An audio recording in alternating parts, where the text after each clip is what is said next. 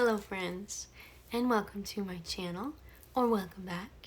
My name is Elise, and this is my not-so-mystical bookshelf, because I'm sure everyone knows by now, I'm moving to Florida in August, and all my stuff is packed away, so for now, it will just be me, and not my bookshelf, and my dolls. My dolls are gone. Yeah, my dolls got packed away. The only doll that I have, or I have a couple, but the only ones that I'm really keeping out are like my favorite ones, like Delilah. She's my favorite. She's my emotional support doll, so she's sitting right over here with me. But yeah, so that's what's going on in my life. And the book today is a thriller and a slasher, and it was kind of promoted as Barbie meets Scream, so it was kind of like I had high hopes for it. It kind of fell flat a little bit, which is disappointing, but I listened to it on Libby, so no harm, no foul. I'm really happy that I can listen to books for free, because if I had to spend my hard-earned credit on a book that I didn't like, I would be upset. But yeah, what book am I talking about? Dollface by someone. I can never remember who these books are by, but as usual, I will have a picture of said book in my thumbnail, so you'll know who it's by, but it's called Dollface. And it was actually kind of fun. It was very fun. I enjoyed the goriness of it. If you are squeamish, I don't know if I would recommend this book because it got kind of graphic, especially with one of the kills, or not kill, but like maim, like attacks. It's like dealing with someone's eyeball getting scooped out with an ice cream scoop, and I'm just like, oh my gosh, it sounds so painful. Ooh. So yeah, Dollface is a slasher in a relative sense, and it's got lots of gore. It really delivers on the gore front for that, so I thought that was cool. I always enjoy it. I enjoy more body horror the older that I get and the more cultured I become, because before I would kind of get super squeamish, but you know what? Hold that thought. I'll be right back. Alright, sorry about that. I had espresso for my coffee, so, I had to go to the bathroom. But I thought I could hold it, but I could not. Anyway, Dollface, gore. It's really gory. I enjoyed that. I'm enjoying it more and more. I think Terrifier really brought that home for me, because that's a pretty gory movie, if anybody has seen it. And yeah, so I feel kind of desensitized to gore at this point in my life. So anything it's not super bad. It's not super bad anymore. So this book, the premise is basically about 4, 5, 6, I think 6 housewives, and they are all on a PTA group in school for moms of children in school, as you do. And so this new woman, Jill, she moves in, and she takes this place of a woman named Patty in this group, and Darla is kind of the war cry of this whole group right here. She is super sweet, super nice, almost too nice when you think about it, and she's a little bit psycho. You don't know it at first, but she's definitely psycho. And it's funny because you can definitely tell who the person is that is doing all these killings and maimings, like right from the get-go, so it's not even a spoiler. Darla is Dollface, Dollface is Darla. They are the same person. And so it's not really a spoiler. It's really early on that you figure it out. And I don't know if I really hated that. I didn't hate it. I know some people complained about it. They're like, oh, it's way too easy to guess who the person is. You know it's Darla. But it's like, sometimes it's fun. Sometimes it's fun knowing right away who it is, because then you can learn more about their character. And theoretically, we should have learned more about Darla, but we didn't. And that's my biggest gripe with this book, is because I wanted to know more about Darla. And why is she a wackadoo? I mean, she's super nice. Why is she a wackadoo? And she didn't even think she was doing anything wrong, which is more to my point. Why is she a wackadoo? We don't really know.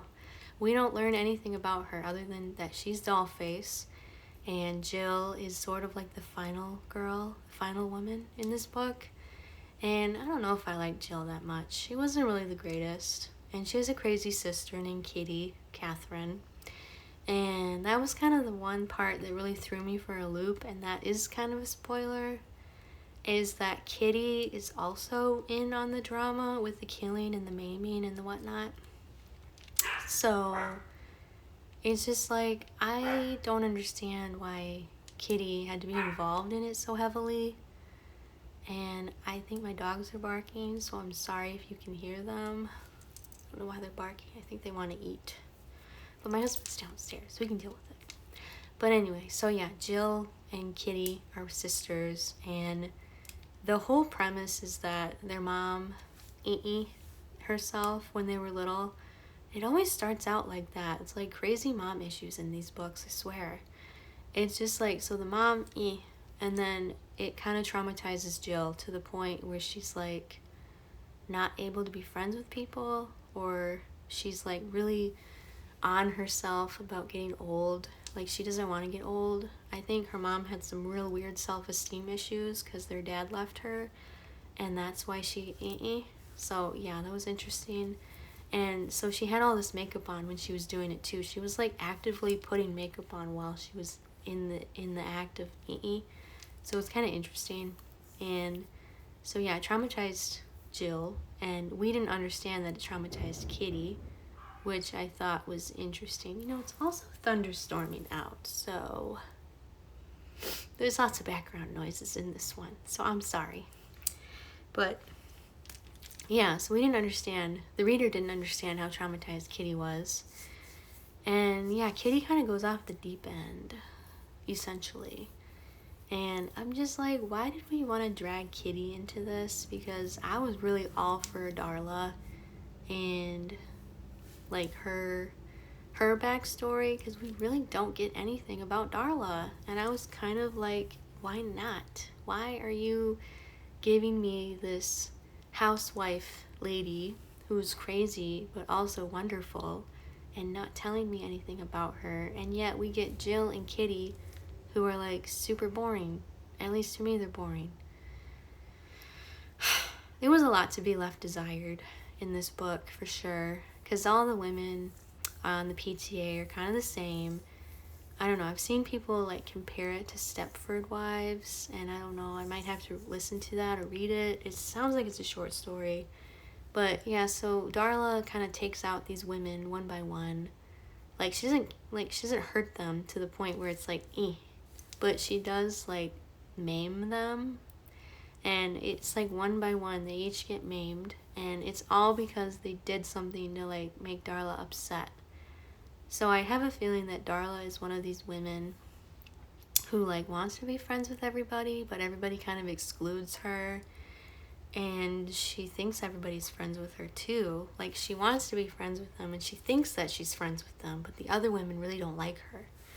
And I think that's where Darla's crazy psychopath stuff comes in, because every time someone does something to wrong Darla, oh my gosh, pardon me.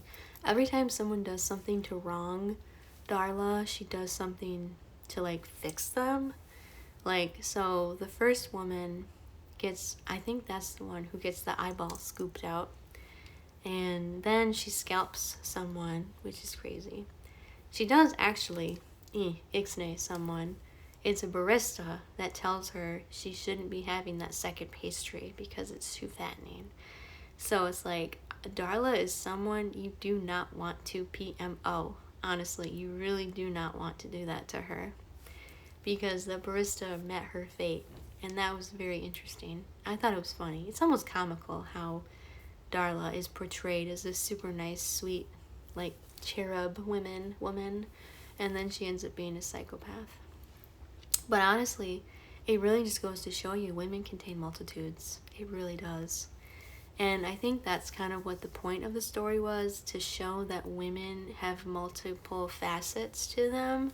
Like, yeah, you can be an amazing housewife, but, I mean, God forbid a girl have a hobby. Honestly, though, it was kind of crazy. So, yeah, it's definitely, like, multifaceted.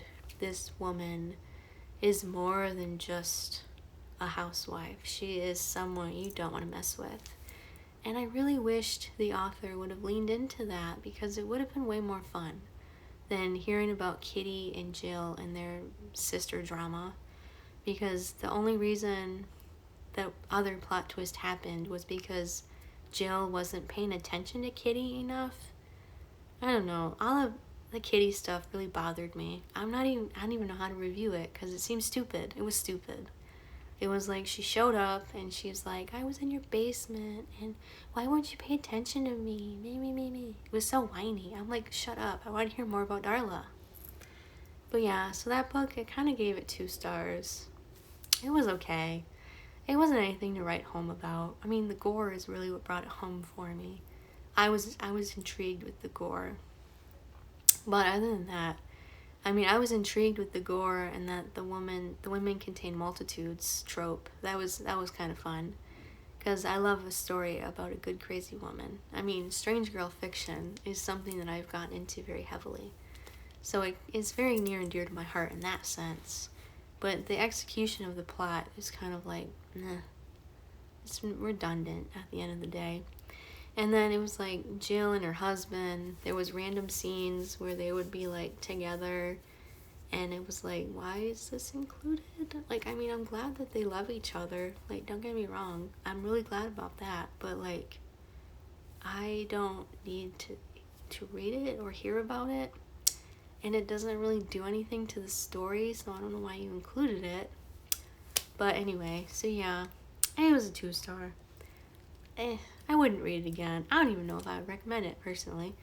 I mean, I guess if you want something that's like sort of fun and gory, I guess go for it. But it just wasn't anything that I super enjoyed. I would have enjoyed it more without Kitty. That's what I would have enjoyed. And I want to find another book that's similar, where it actually delves into why the woman is the way she is. Because we never really understand why Darla did what she did. It's just kind of like that women contain multitudes type of thing. And like, I appreciate that, but I want to know why. So yeah, I mean, I don't have a whole lot to say about it because, I mean, in my opinion, the book kind of sucked. But I did appreciate the gore. But I mean, other than that, it doesn't really have anything to offer. But yeah, so that's my video for this week. Kind of a dud, sorry. I think my last video was more expressive, but hopefully I will have more interesting books in the next video. But until then, I will see you next time. Goodbye, friends.